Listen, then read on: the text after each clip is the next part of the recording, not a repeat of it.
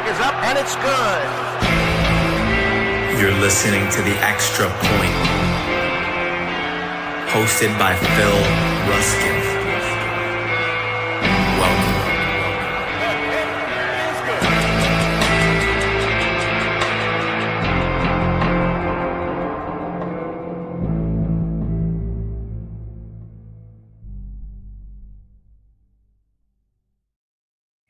Welcome in to another episode of The Extra Point. I am your host, as always, Phil Ruskin, joined by my guy, Kendall VanDerBilt. What up, brother?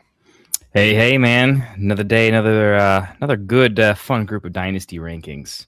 I know. It's you know what's fun is that since we've been doing this for literally a month now with 4 straight weeks in a row, it hasn't felt like a grind of trying to rank everybody because you didn't have to do all the positions all at once. It was like, okay, we did the quarterbacks, take a couple days, think about the wide receivers, think about and just kind of go through it. So, and now I just look back on my rankings and I'm like, great, it's already done. Now I just need to adjust. Now I just need to keep moving guys up and down as we get closer into draft season, which right around the corner, man, right around the corner. I know it's crazy, but I got to start with this. And this is the big question because it is the week.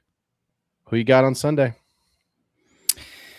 I'm really into the Seahawks. I mean, I already was kind of in on them fantasy wise, right? But I love the organization from top down. I love a team that has in my opinion, stud running back backed up by an elite defense. And I think in many cases, a lot can go wrong and you can still win that game. And if a lot goes right, you're blowing people out. I think Drake Mays, I think they have their work cut out for them. If Seattle's offense is doing well, I think the Patriots are in trouble. But I'd like to see a bounce back from the Patriots offense, put up some points, make it a little more interesting. Here's where I'm at. I'm obviously going to be cheering for the Patriots because I'm a Niners fan. So there is not a part of my body that will give any sort of support to the Sea Chickens. But I hope one of two things happens. I either hope it is a close game, and if Seattle wins, fine. I think they are a great team. To be fair, I did get to see them in week 1 in Seattle. Me and my buddies were up there, and bang, bang, Niners took home the win. But I just don't want a repeat of last year. Like, the game was over last year at halftime, and that was difficult. Even as a neutral, I'm just going to say it, and apologies to the Eagles fans and to the Chiefs fans. I wanted both teams to lose because it could not have been a worse Super Bowl, in my opinion, in terms of teams that you're just tired of. But it was 100-0 at halftime, and it was like, dude, this game's over. So I'm hoping for a competitive game and the Patriots to come out on top. Maybe Borregales, is that the kicker? Yep. Maybe Borregales becomes the new New England legend like Vinatieri and kicks a walk-off. And 17-13, maybe. I mean, it's not going to be that, but that'd be awesome. So, I mean, look, the most exciting thing for sure is a running back wins the game, and it's a 50-plus yard rip for either Travion or Kenneth Walker. I mean, I think this could harken back to the Chiefs are crazy, but all of a sudden it became a running back battle. And what's his face? Mr. Fantasy himself in the playoffs. When it was Mostert at the time? No, for the Chiefs. It was before Pacheco. He lit him up for 2 touchdowns and 100. You know who I'm talking about. Yes. My brain just went completely blank. Yeah. Yes. Mine did the exact same thing, but I would love to see that. This has the potential to be running back games tend to be less fun in general, unless it's these two teams and these two running backs. I actually think that could be kind of an interesting game. So old school. We'll see. Well, if you've been following along the last couple, Rasta is in the chat. Stop the show. There he is. Hey, the Godfather himself, man. If you've been following along the last couple of weeks, Kendall and I have been breaking down all of our way too early 2026 rankings by positions. If you want to check those shows out, that would be the quarterbacks, the running backs, and the wide receivers. We have been going through the top 24. Positional ones and twos. You can listen to those on YouTube, watch them on YouTube. You can also listen on Patreon and Spotify at The Extra Point. Make sure to like and follow the show. You can see the ticker on the bottom. Subscribe, hit that button for us. It does help us. Kendall and I are always available for questions. Hit us up on our DMs and Sleeper. And then, of course, we always have leagues. So if you're wanting to play with us and test your knowledge and come play with the Get Right Fantasy crew, hit us up and we'll see if we can't get you into league. We are going to finish our positional discussion tonight going through the tight ends, Sadly, there's probably not enough tight ends to talk about. So as promised, we will go through kind of that wide receiver 25 to 36 as well. So we're going to start at the top, Kendall. And I think this first tier, I can see your rankings, but I could have done this blindly. There's only 2 names. We have the exact same 2 names in the top tier. Why don't you just tell everybody who we both have, even though they already know? Yeah. Tier 1, Bowers and McBride. If you want to have a little debate about which over which, I've got some takes. I've got some short and some long-term takes if you really want to split hairs. It's more of a conversation of, hey, I'm weak at tight end and I want to go big. It's a trade conversation, less than like a this guy versus that. But you're probably going after both. But if you might decide, hey, I'm willing to overpay for one and just pay market price for the other, it's probably coming down to personal opinion. But I'm curious, do you got... you got them in the same order I do? I have them in the same order you do. And I'll be honest, I sat with it for a little while today, not for too long, because obviously they were both in the same tier, but it was more about, like you said, splitting hairs. And for me, it actually came down to who's more impactful to his team today, because both quarterbacks have incredibly bad situations. We don't know who the quarterback is going to be in Arizona. For right now, it's Kyler, but we don't know that that's going to be the case for a certainty come September. We assume it's going to be Mendoza in Las Vegas. Again, could be a team that makes a huge trade or comes up, but the assumption is that the Raiders will hold at 1 and draft Mendoza, which means Bowers will be on his 3rd quarterback in 3 years. So, but we've seen Bowers be quarterback proof, and I love Genty. I love Genty, but there's no one else. Jacoby Myers is out of town. Devontae Adams is out of town. So there really isn't another target hog. There isn't a wide receiver here other than Bowers, whereas Marv, sure, he hasn't lived up to the 101. He hasn't lived up to the overall number 3 pick, but Marv is still a good player, and Marv is still going to get red zone looks, and I think Marv is still going to be a player who at times could take some touchdowns away from Trey McBride, whereas unless the Raiders need a lot. So to me, it's going to be Genty and Bowers in the red zone. And obviously, if you're passing anything over a couple of yards, to a screen, Bowers to me just has that little bit more upside when it comes to who can have the higher fantasy finish. Both players clearly can finish as the overall tight end 1, but I like Bowers just that 0.01 more than McBride when it comes to fantasy. That's just a teeny tiny bit more love for Bowers. So I don't think we need to spend time on that. If you don't have Bowers, if you don't have McBride on your team, as some of us do and a lot of us don't, fair enough. I want to get into these tier 2, tier 3, tier 4 guys, because at the end of the day, this is where players have questions. This is where fantasy managers have the ability to target and trade for someone, because I think you're right, Kendall. You're going to overpay for Bowers and McBride, and you're going to pay a hefty price. And as you and I have both said many times on this show, we are not huge fans of mortgaging everything, because if it doesn't go well, you really can set your fantasy team back, or your dynasty team back, a couple of years. So let's jump into your tier 2 guys and talk through, because I imagine we're going to have the same names in this tier as well.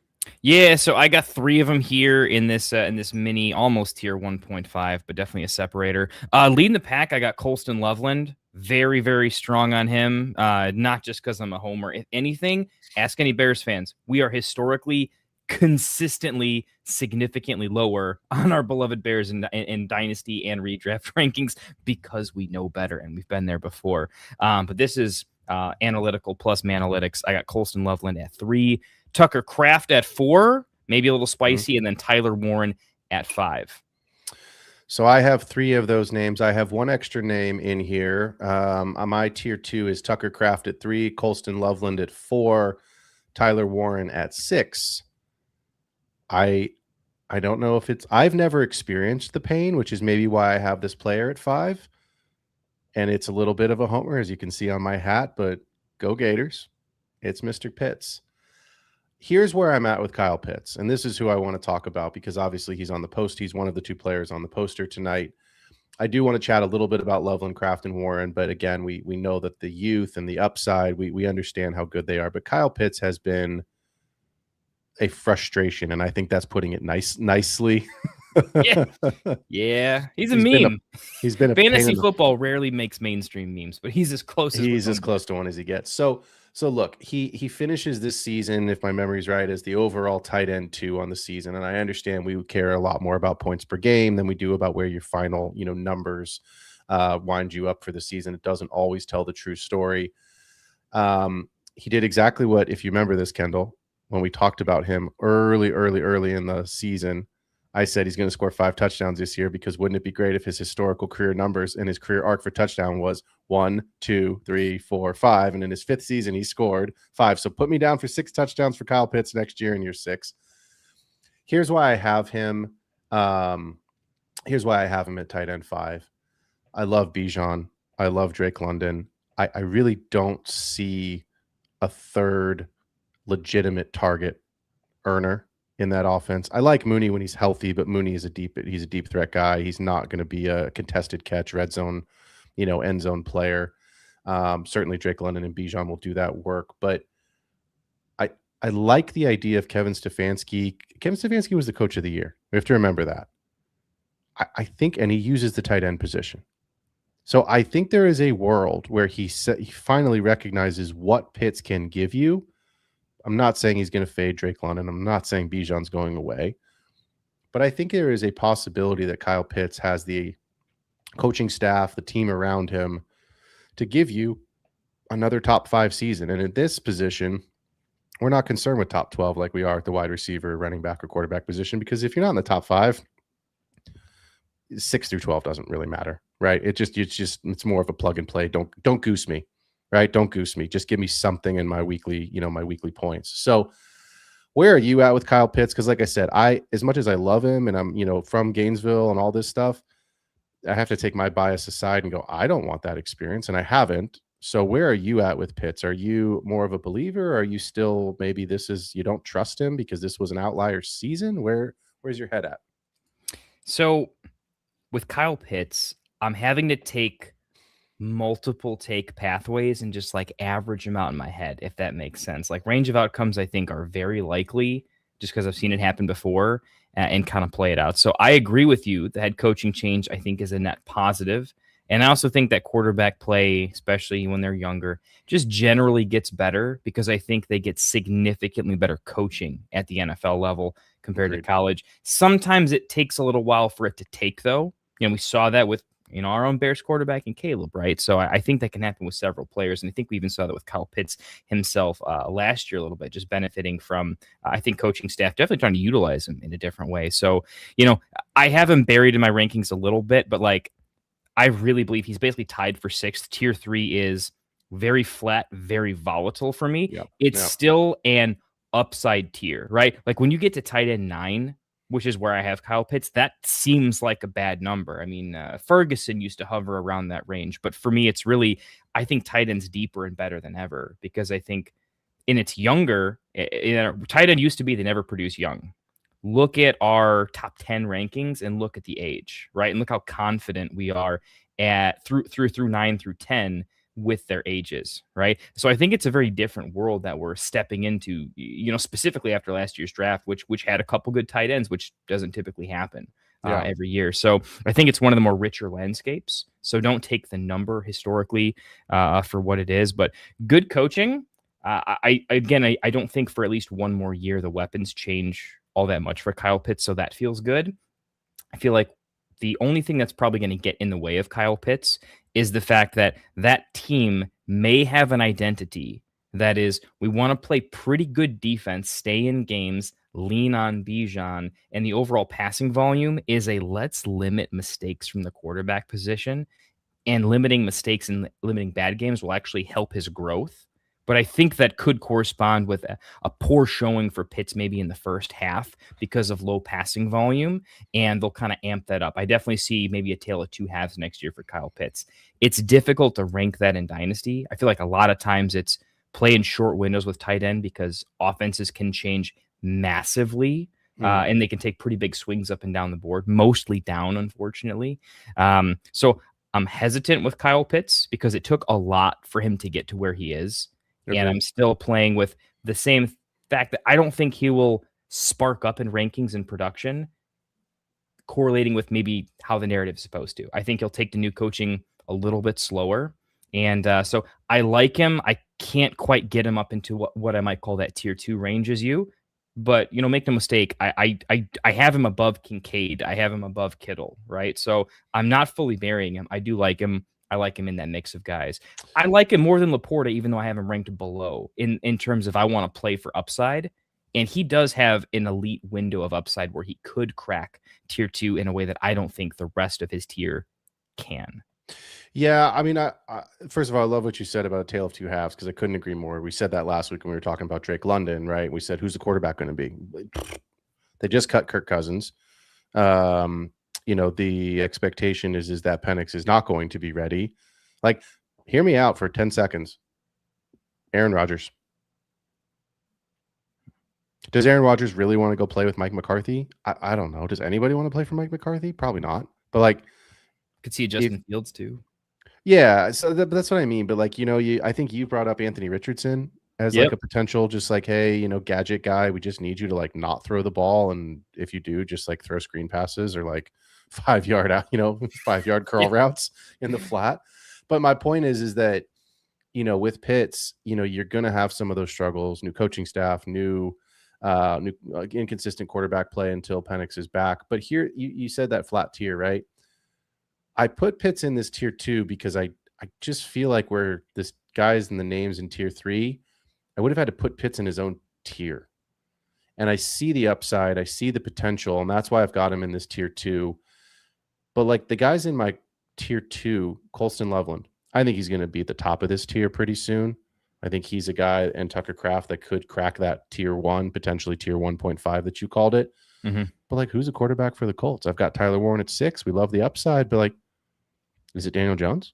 So we put him at 6 for the exact same reason. It's a carbon copy discussion. So I want to talk about Tucker Kraft for just a second because I don't think people are going to forget about him. But I do think there will be a handful of players that don't remember how incredible he was to start the season.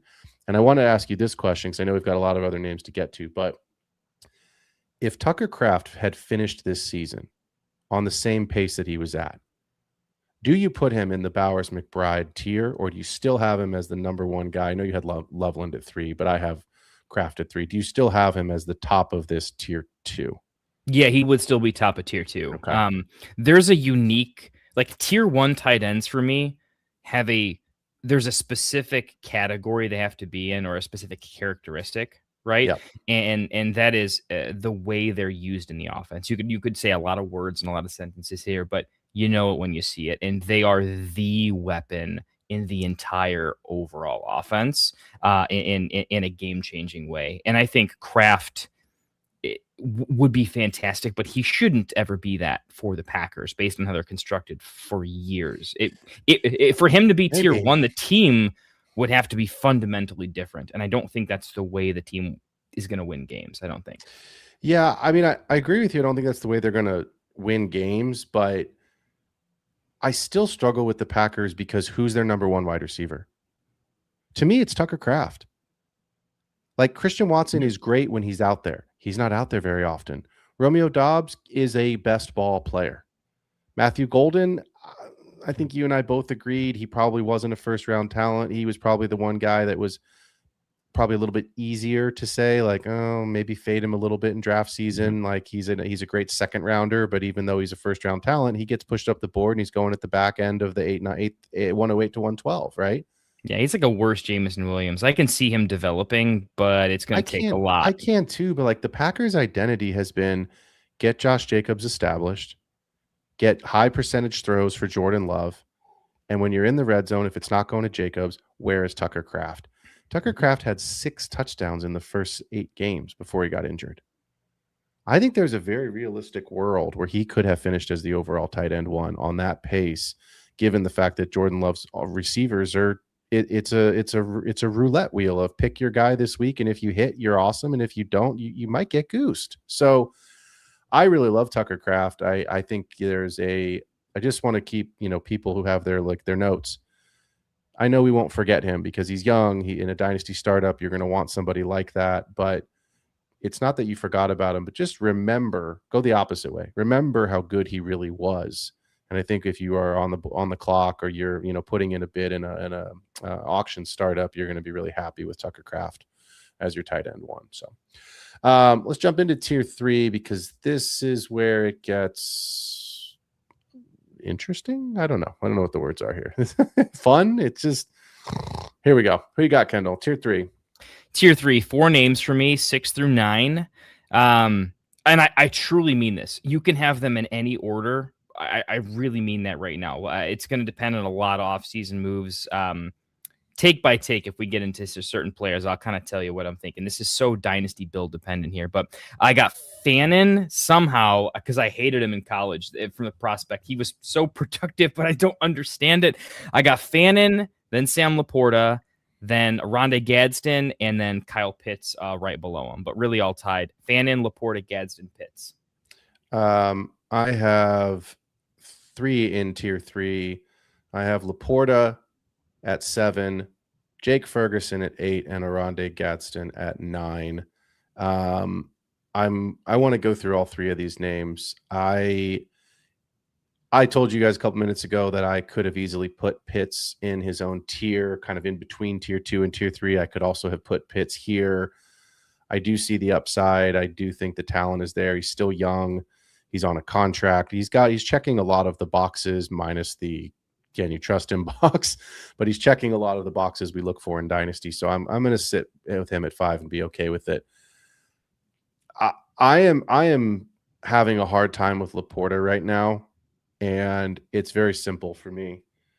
I understand. I trust Dan Campbell. If Dan Campbell makes a hire, I believe that he knows what he is doing. I'm a West Coast guy. My team is in the NFC West. I watch a lot of Arizona Cardinals football. I am really having a hard time understanding. Maybe it was a culture fit. And that's the thing that I think is probably the real reason that you'll never hear said. I'm having a hard time understanding why Mike McDaniel is not the offensive coordinator of the Lions with the speed, with the ability to have big plays, with the number of weapons. It almost seemed too perfect, which is why I say I think it's a culture fit for why he didn't get that job. Agreed. So him vaping next to Kneecap, and I get it. It's going to send the wrong cultural message. Hopefully the owner of the whole organization just said, hey, this, from an organizational leadership standpoint, this is a misalignment. And it's very possible, right? And I think there's a lot of things that we just don't know about that don't get reported, the behind the, on the golf course conversation, to use that phrase. McDaniels ain't good in the cold weather too, man. That guy doesn't look right bundled up. Him in a puffy jacket ain't right, man. I mean, the puffy jacket swallows him. Your kid needs to eat a sandwich. But at the end of the day, like, I'm struggling with, is it Drew Petzing? I don't remember, but it's the former Arizona, I'm struggling because Arizona's offense was so bad. And Arizona's got Trey McBride, right? They've got Marv.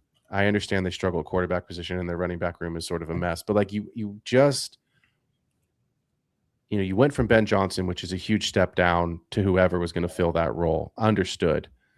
But we're still excited about the Lions, right? Like, there is a very real – Monty's a free agent.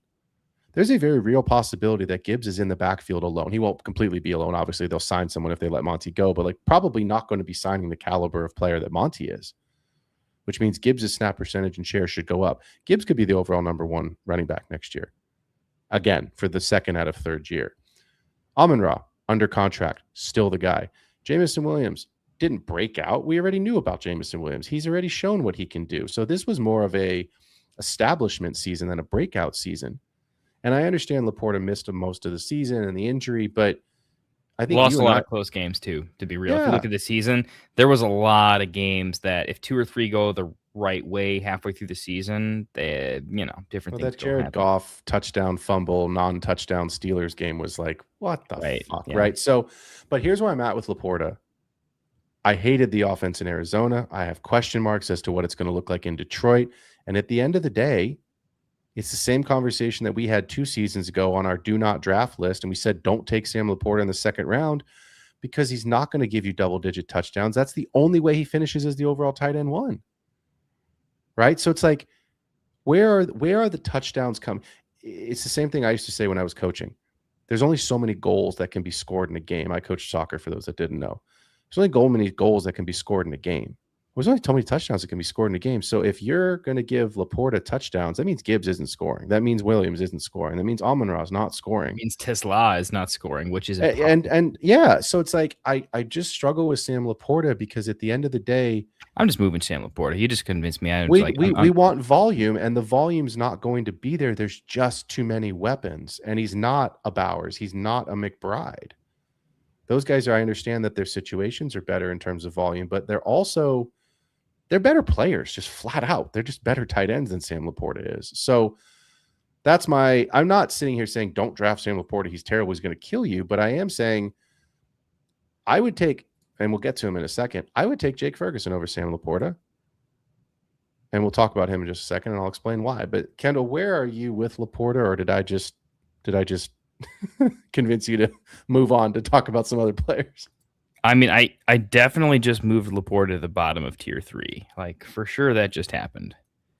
And I got to be honest, while we're talking live, part of me thinks, like, when you do rankings, I don't know if you feel this way, but every now and again, there's like a player where, like, I know I am calling, like, hey, I'm gonna be higher than the market for sure. Like, I think they're gonna make it in a way that's not analytical. It's analytical plus, right? Or I think they're gonna be worse even than anyone else expects. I'm fading Sam Laporta, so I find that I think I have to drop him basically tied with George Kittle, and I kind of want to put Kittle ahead of him at the top of tier 4. To be honest, I think Laporta drops out of tier 3 for me because the talent of Sam Laporta compared to the talent of some of the rookies that just came in, say a Terrence Ferguson, right? Mm-hmm. I love the opportunity. It just hasn't popped yet. Laporta walked into an opportunity where he could pop, but his overall prospect talent profile was quite good, but not great, right?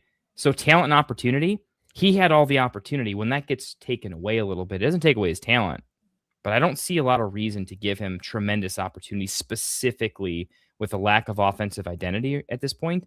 And Isaac Tesla being the most, like, he's a touchdown cannon. He's a one of one in the NFL in a very unique way that affects Sam Laporta in an extremely unique, I haven't ranked a team this way type of way.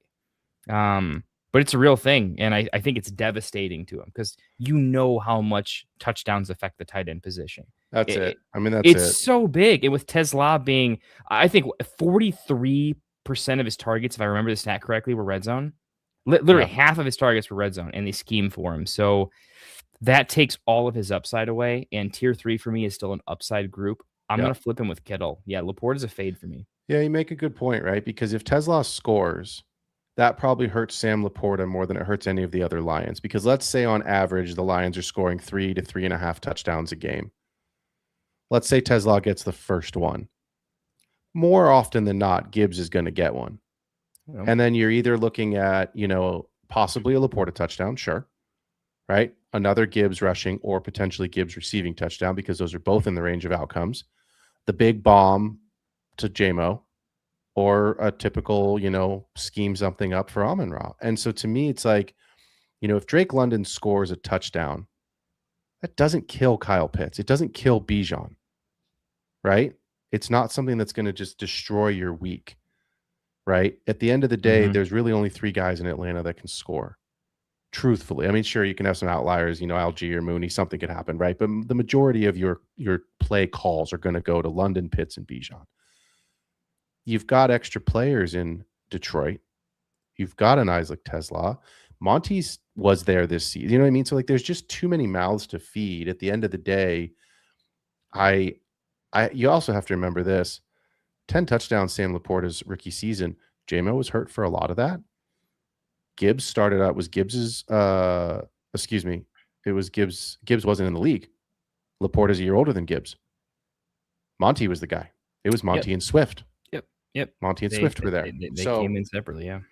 Yeah, so that was a totally different dynamic, right? So enough about Sam Laporta. Again, I still think he's a good player. If I wound up with him on my team, I'm not going to be pissed. But I'm also, like you said, that upside it just doesn't seem like it's there right now the way that it once was. So let's come back on this player here, Jake Ferguson, because I just noticed your rankings and he is buried in your rankings. 16 in your rankings. A wee bit. If you Well, take it tier based, he could be as high as 13, but 13's pretty baried based on consent. I think ECR has him as a top 12. I think he's even top 10, possibly. I have him at 8. So let's come back on that one because I want to talk about the other guy on our poster here this week, and it is Oronde Gadsden. Kendall, why don't you start us off since I just gave a lengthy Laporta take, but where I know it's exciting and the Chargers are going to be hot this year. They are going to be the hot team. Where are you at with Oronde Gadsden? I'm looking in your show notes and I'm like, yeah, we're mind melding on this one too. We should do shows together. This makes a lot of sense. Imagine that. Yeah, it's a team take, not a player take. I mean, he's an undersized tight end, but he's undersized because he's a very athletic and he is a pass catching weapon. He was drafted to be such. I was high on Gadsden because when you look at his profile and where he went in the draft, which was more aggressive than I anticipated, it was to be some sort of a weapon. And I know Herbert. I've watched him enough. I've always been enthralled by Herbert and his deep ball. I tend to, there's just teams where, there's red zone, but you're also watching the game a little bit. Right. And I always watched a lot of Herbert and he just loves throwing to the tight end quite a bit. So I'm a fan of Gadsden, but this is a team take. I think they're going to lose. They're going to be the team. We always see this in the offseason where we're like, look at all the vacated targets. Yeah. Right. They're going to be one that's going to be a huge stat. And we talk about where it could go, lad to the moon. Is it all of a sudden that Hampton's going to have like Christian McCaffrey-esque targets? I think so. It's going to be up there. There's a lot of guys. I really like Trey Harris. When the coach's wife is talking about Trey Harris and talking him up and saying like, hey, no, he really likes him. Like that's a big deal, right? I forget where I read that. That was a real thing. So they're going to have some weapons, but they're going to lose quite a bit. And the nice thing is whether you have a ton of weapons or a few weapons, an athletic tight end that's known as a pass catcher is just valuable for a team role perspective and doesn't really share that from a snap share perspective. Like he's going to be on the field a ton. Yeah. And I think that's an offense thing because it's going to move the ball. So he's kind of like a Laporta in that I like the offense. I like the quarterback. I like everything around him. And we've already seen early success. He's 22 right now. He was 21 in season. So the ability to not make many mistakes, play meaningful snaps, catch meaningful touchdowns in meaningful games at that age is very predictive of a successful NFL career and heavy utilization in the offense the following year, and which is what you need at tight end. You need a role to elevate you, right? We want to get to Ferguson in a second. I don't like his role change. I like that Gadsden is going into a good role.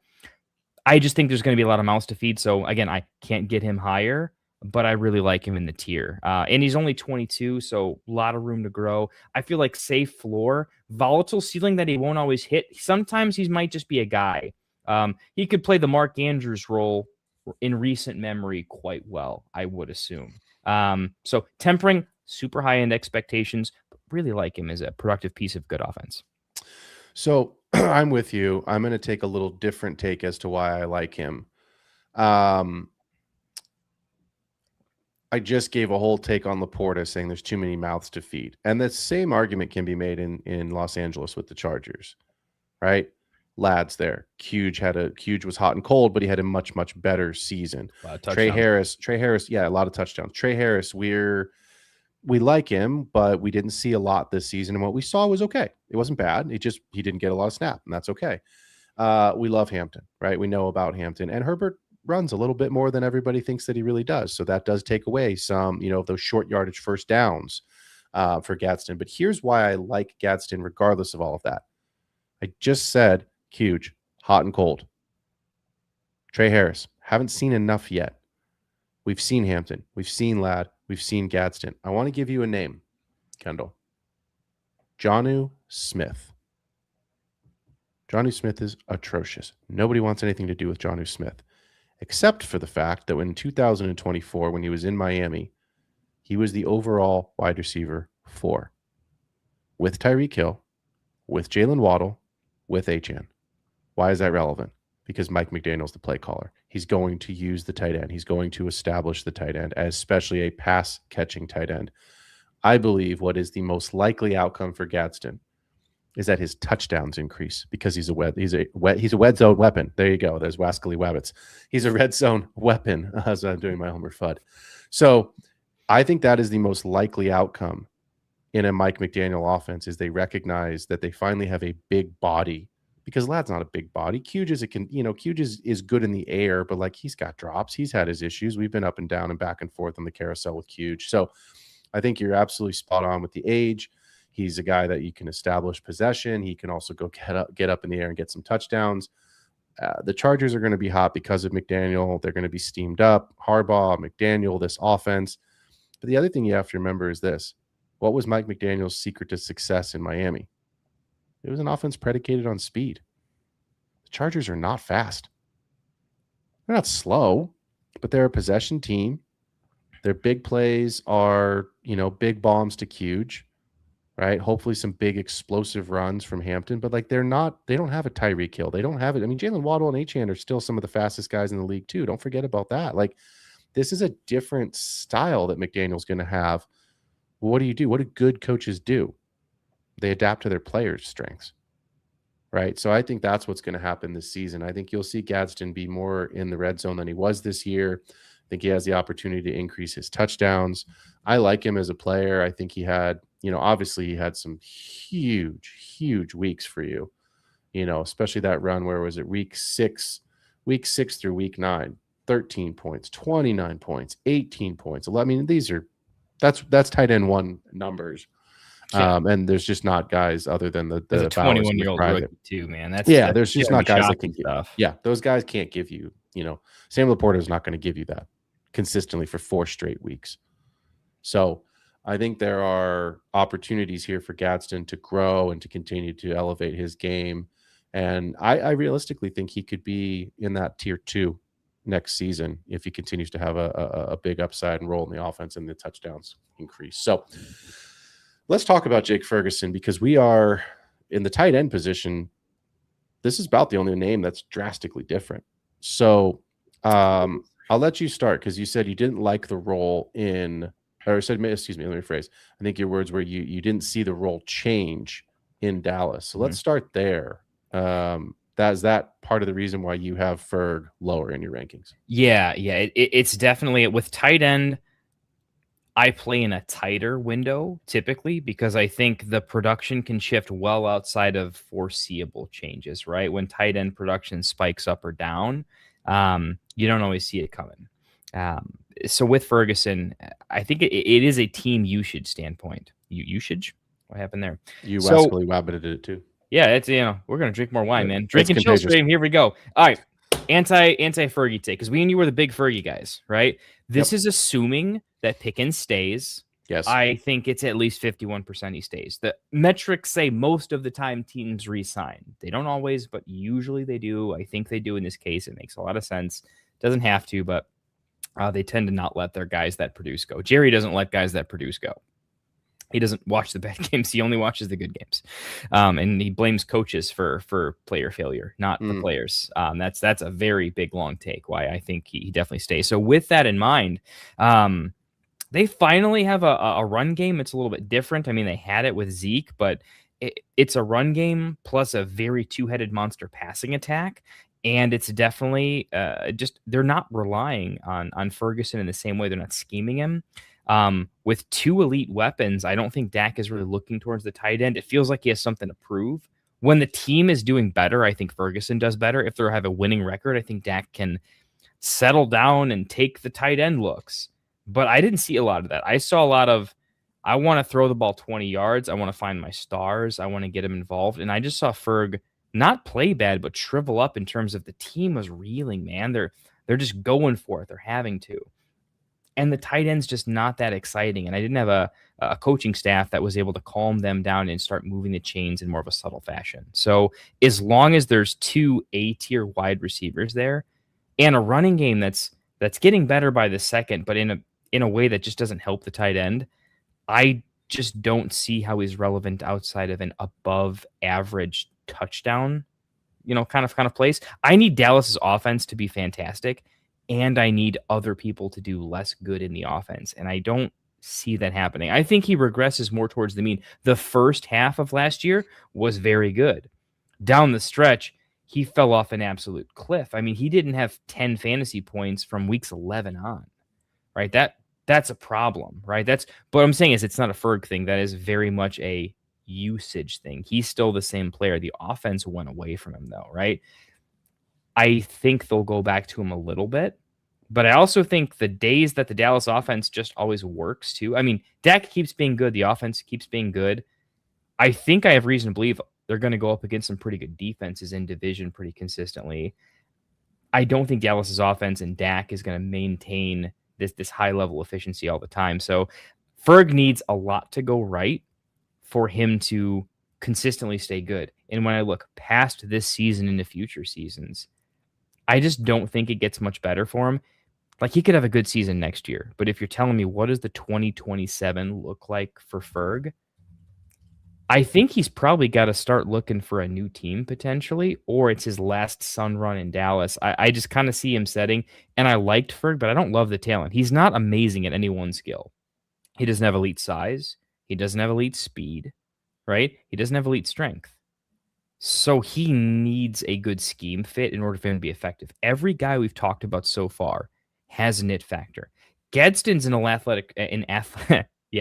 athletic freak, and he's a mismatch. Look at his ADOT. The fact that he can get 20 yards down the field and still in a time frame that has a throwable, catchable ball, that's not something that I think Ferguson can do at that level. So for all the reasons above, he's a little bit of a master of none, and that's not a bad thing. He's very good. He's a very B guy in a lot of ways. All right. It's my best. Like, no, I like him.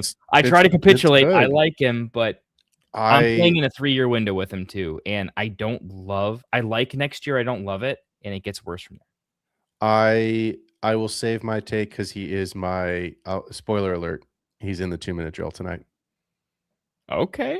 I'm not gonna tell you which side of the coin he's on, but don't look at the show doc and cheat. But he's in the 2-minute drill. So are you spicy on him? Oh my god. We had a question. We got to disagree at some point. This is great. If Pickens returns, what's the chance they let Ferg walk and just roll with Schoonmaker? They can't. 0. He's under contract for 2 more years. So yeah, the Cowboys will have him in 25. They will have him in 26. They have an out in the contract going into 27. It's a $10 million dead cap in 27. It's only a $3 million dead cap in 25. You got to carry a lot of tight ends. So. It's a physical position. And it's a lineman position. They get injured a lot. To take your take in a 3-second synopsis, if you don't like Ferg and you can say that take, there ain't no way you're making a positive case for Schoonmaker. So I think at the end of the day, Ferg is the tight end 1 for the Cowboys, and that's what they're going to roll with. So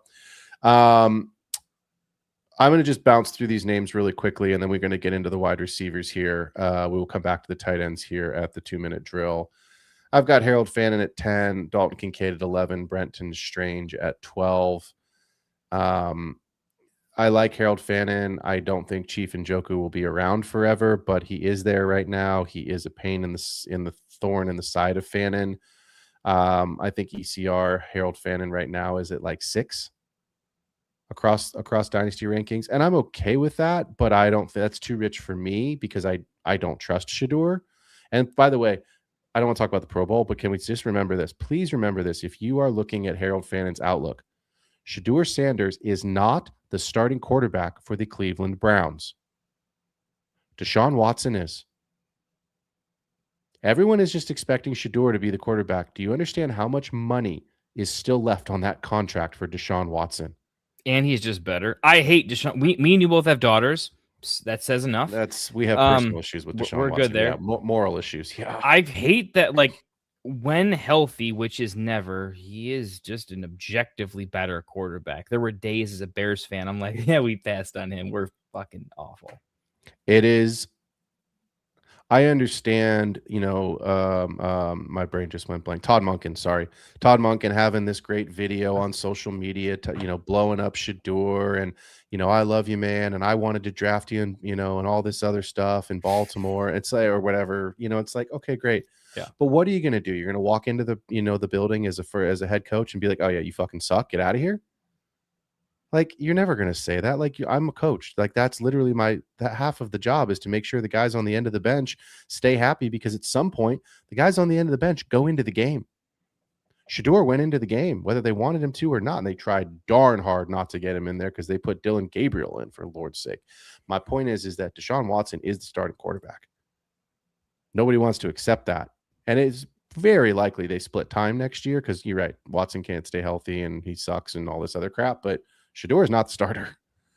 Dalton Kincaid is Dalton Kincaid, and Brenton Strange I like. There's some upside, but I think he goes as Trevor goes. So I don't want to spend a ton of time on those guys, because we did promise we'd buzz through a couple of these 25 to 36 wide receivers. Anything different there, Kendall? I think you probably have those. I know you have Harold Fannin at 6, so you have him a little higher than I do, but in that range, where are you at with your tier 4?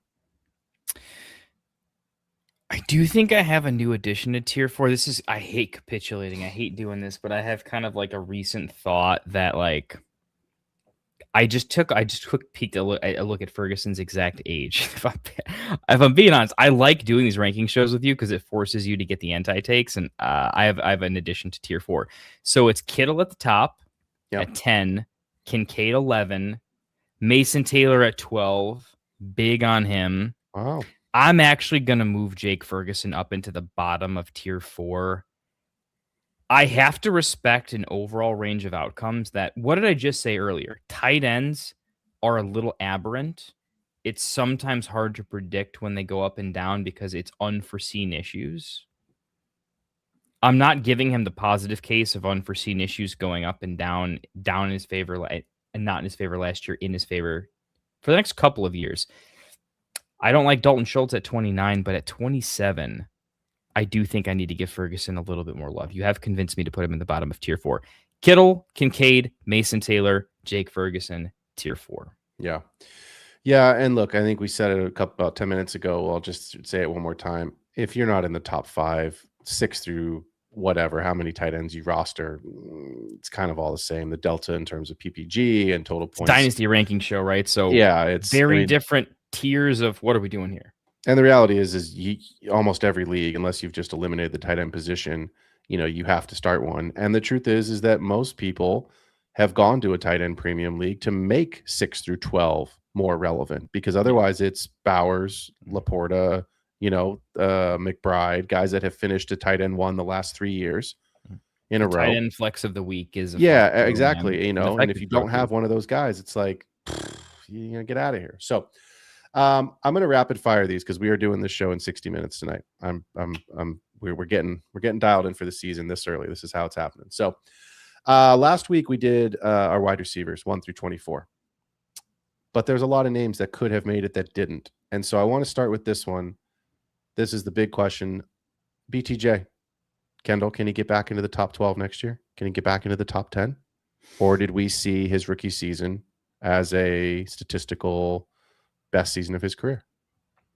He can, because his talent from the college, sure, things happen in the NFL, but he was already more talented than most of the wide receivers coming out this year. He was that good. I just straight up, he was that good in college. Things happened. I don't think he gets back in the top 12. When you're that talented, anything can happen. Any injuries can happen. It's extremely unlikely. I think it's incredibly likely he finishes as a top 24. I think it's incredibly likely he still finishes top 18. I have him at like 20 or 21, I think. But I see him as a top 24, absolutely not a top 12. The offensive makeup is very opposed to that. Yeah.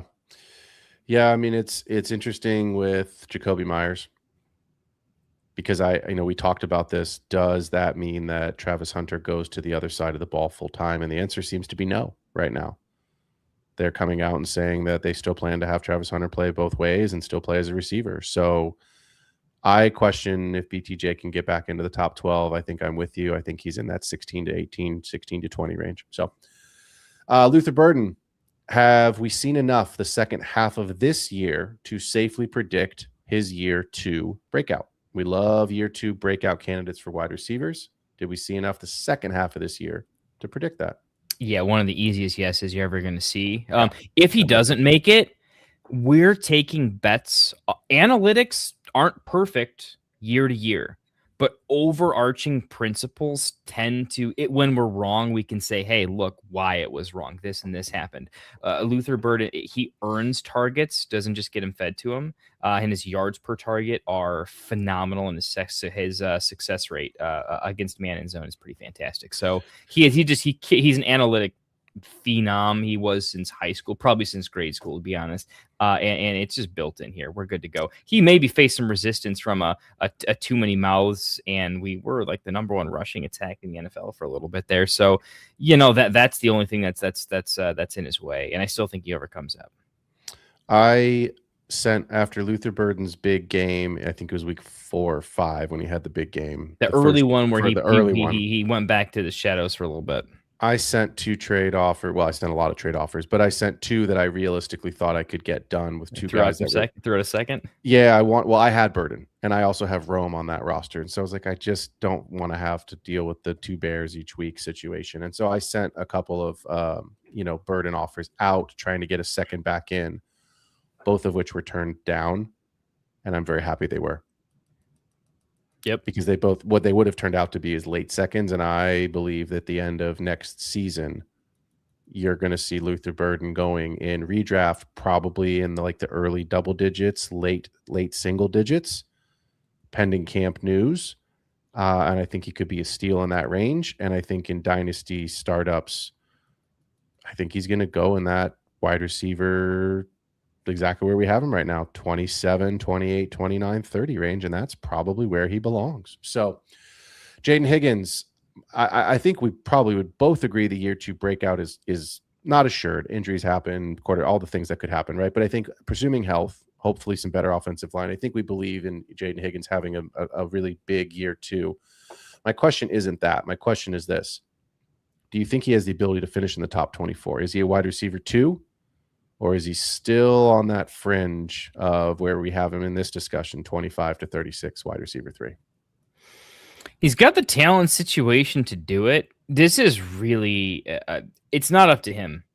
It's not his call. Whether he makes wide receiver 2, wide receiver 3, Jaden Higgins will have nothing to do with it, right? So that's why it's hard to predict. We're not talking about Jaden Higgins. We're talking about the offensive ecosystem. Yep. We're talking about what the hell does Woody Marks do? Because he functioned like a Nick Chubb, but he's supposed to be a pass-catching specialist, so I don't really understand the usage there. The O-line's bad, and Stroud is becoming a meme on fantasy football circles. I don't believe it's true, right? But it's more up to Stroud and the O-line and how they use the they use the running back position, sorry. It's not up to Higgins. So it's hard to give you a Higgins take. All the talent in the world to get there.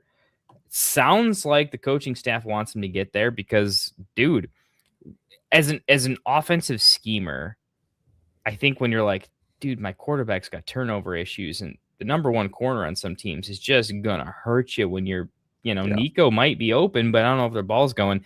Higgins is such a nightmare mismatch that it just feels like when he gets in the end zone, it's like it's such an easy toss for the quarterback. It just feels like he's going to become a really, really great wide receiver 2 for the team, but one of those like T. Higgins wide receiver 2s that yeah, they're nice though, and they are the offense half the time, right? How many games is Chase getting targeted, but T. Higgins kind of takes the cake with the touchdowns and the big stuff and the 50-50 mosses?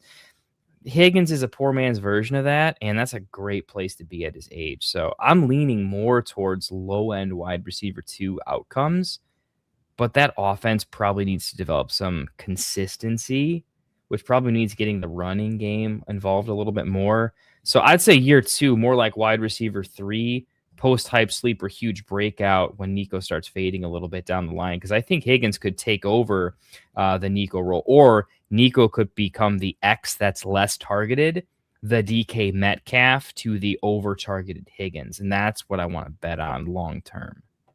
Let me give you my spicy take. Please Jaden Higgins, wide receiver 14 next year.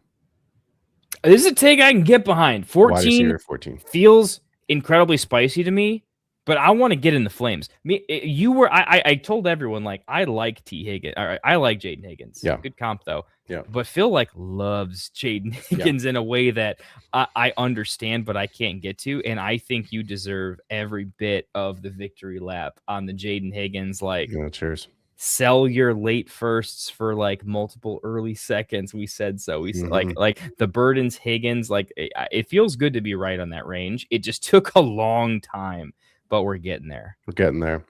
I want to give everyone some quick dynasty fades, and then we will finish tonight with the 2-minute drill. Dynasty fades. Look, selling aging wide receivers as a solo trade, guys, is a bad move. Everyone knows what you're doing. You're just trying to get younger, right? You're trying to capitalize on, I just need some picks, right? So you're just not going to get the return you want. I want you to please package aging wide receivers with picks or as part of a larger trade package, because here are 5 names that still can look in certain circles, can look attractive, but are fading. Terry McLaurin, Deebo Samuel, who is the weakest of the names on this list, DK Metcalf, A.J. Brown, and Cortland Sutton, right? If you are a win now team, Kendall and I would always say, go get a late second or an early third. These guys can't be bought for an early third, but go get a late second, grab someone that can finish inside the top 36 and just, ride it out and go get yourself a championship. I would not buy these 5 names. I would go buy Devontae Adams for a late second for one more season if I'm a contending team, because he's done nothing the last 2 years except lead the NFL in touchdowns. These guys have not. So I really believe fading aging wide receivers in bad situations. Not every aging wide receiver, because I just told you to buy Devontae Adams, who's older than all of these players. So you have to find the right aging wide receiver in the right situation. Devontae Adams, to me, fits that bill. I see the stock arrow, as a downward red trend with McLaurin, Samuel, Metcalf, A.J. Brown, and Sutton. Kendall, let's introduce some technology to the show and pull up the old 2-minute timer for the 2-minute drill tonight. Should we do that? Let's Tonight's 2-minute drill is presented by onlinestopwatchclock.com. Yeah. No free ads, but this is free. This one's free, so they get the shout out. 3, 2, 1, hit that green button, brother. Tonight's tight end dynasty buy is none other than Jake Ferguson. He finished the year as the tight end 5 on 102 targets. He is 3rd on the team, but let me give you the counter argument to what Kendall said earlier. What if Pickens doesn't get franchise tagged or re-signed and he does leave? Sure, he's likely to get tagged. Most likely he'll get signed, but he was already there this season. And Ferg was still the tight end 5 on 600 yards and 8 touchdowns. And that's what I want you to remember, is those 8 touchdowns. This is a player who won't hurt you, but he can definitely post double-digit points on a weekly basis when other tight ends are boom bust. Let me give you some consistency metrics, because we're shooting for the moon here, and Ferguson isn't going to finish as the overall tight end 1. But if you don't have that player, consistency and volume can be key. 9 times this season, he finished as a top 12 tight end. 7 of those weeks, he was top 10. 5 of those weeks, he was top 5. 4 weeks, he was a, quote, bust. But one of those weeks when he busted was week 18, and we don't care about week 18 in fantasy football. Go trade for Jake Ferguson. I don't have a tight end sell this week, because you just can't sell anyone, because the good guys you don't want to sell and the other ones can't be sold because nobody else wants them. So let me give you a very, very cheap dynasty tight end buy 2.0. Colby Parkinson. He's incredibly cheap. He has 1 year remaining on his contract. He's tight end 17, which isn't good at all. But here's what I like. I just said it about Jake Ferguson. 8 touchdowns for Colby Parkinson this season. 8. I didn't know that until I did my research in preparation for this show, because it didn't feel that way. He was tied for the 4th most tight end touchdowns out of all the tight ends this season. He will cost you nothing. The Rams are going to run it back with everyone. And as a tight end 2, bye week, injury week fill-in, there are worse players to have. Go trade for nothing and grab yourself Colby Parkinson. That was tonight's 2-minute drill presented by OnlineStopWatchClock.com. Yeah. Man, I cannot wait for the inbox to be exploded by all the reps from OnlineView.com. This is gonna be a fun one. I'm gonna enjoy this. I said we were ending at 60 tonight, and we are. Otherwise, Kendall, I think you and I might have had to find one of the leagues that we're in together, which is a lot, but I think we would have had to find one where you have Jake Ferguson, and I think we might have had to find a trade there. But I got him a lot. Historically, I give you your favorite tight end, and I gave you a very, very nice deal. Again, I cannot win a trade with him anytime. One day it will happen, but I realized I went back in the time machine, and I'm like, I gave him Ferguson for Anthony Richardson. Yeah, that was a bad one. It was the good news is we've got plenty of time before the season, so I imagine we'll have plenty of trades. Heck yeah, man! Out, so. We will be back I will be back in March. Kendall will be here all of February. I am off on a long, well-deserved, very enjoyable, fun vacation that I have coming up. I'm very excited about. Ciao. Yes, exactly. Ciao. But in March, Kendall and I will be back, and March is rookie season, boys and girls. We will be breaking down over a 4-week period all of the rookies by position on a weekly basis, running a quarterback, running back, wide receiver, and tight end. We will mix in at least one, if not two, live mock drafts for rookies only, different formats as we always do. If you want to get in on that, you know how to reach us. If you'd like to be part of those mock drafts in March, just DM us and we will do our very best to get you involved. Dynasty season is always happening. And for those who are into the game, good luck to the Seahawks and Patriots fan. For those who are neutral, enjoy the game. This has been another episode of The Extra Point. So for everybody here at Get Right Fantasy Network, we appreciate you being here. Hit that like and subscribe button. We out. Fantasy is the play. Marking often, but I tune in every Friday. Strategies provided, I will lock in every way. So go and roll your sleeves.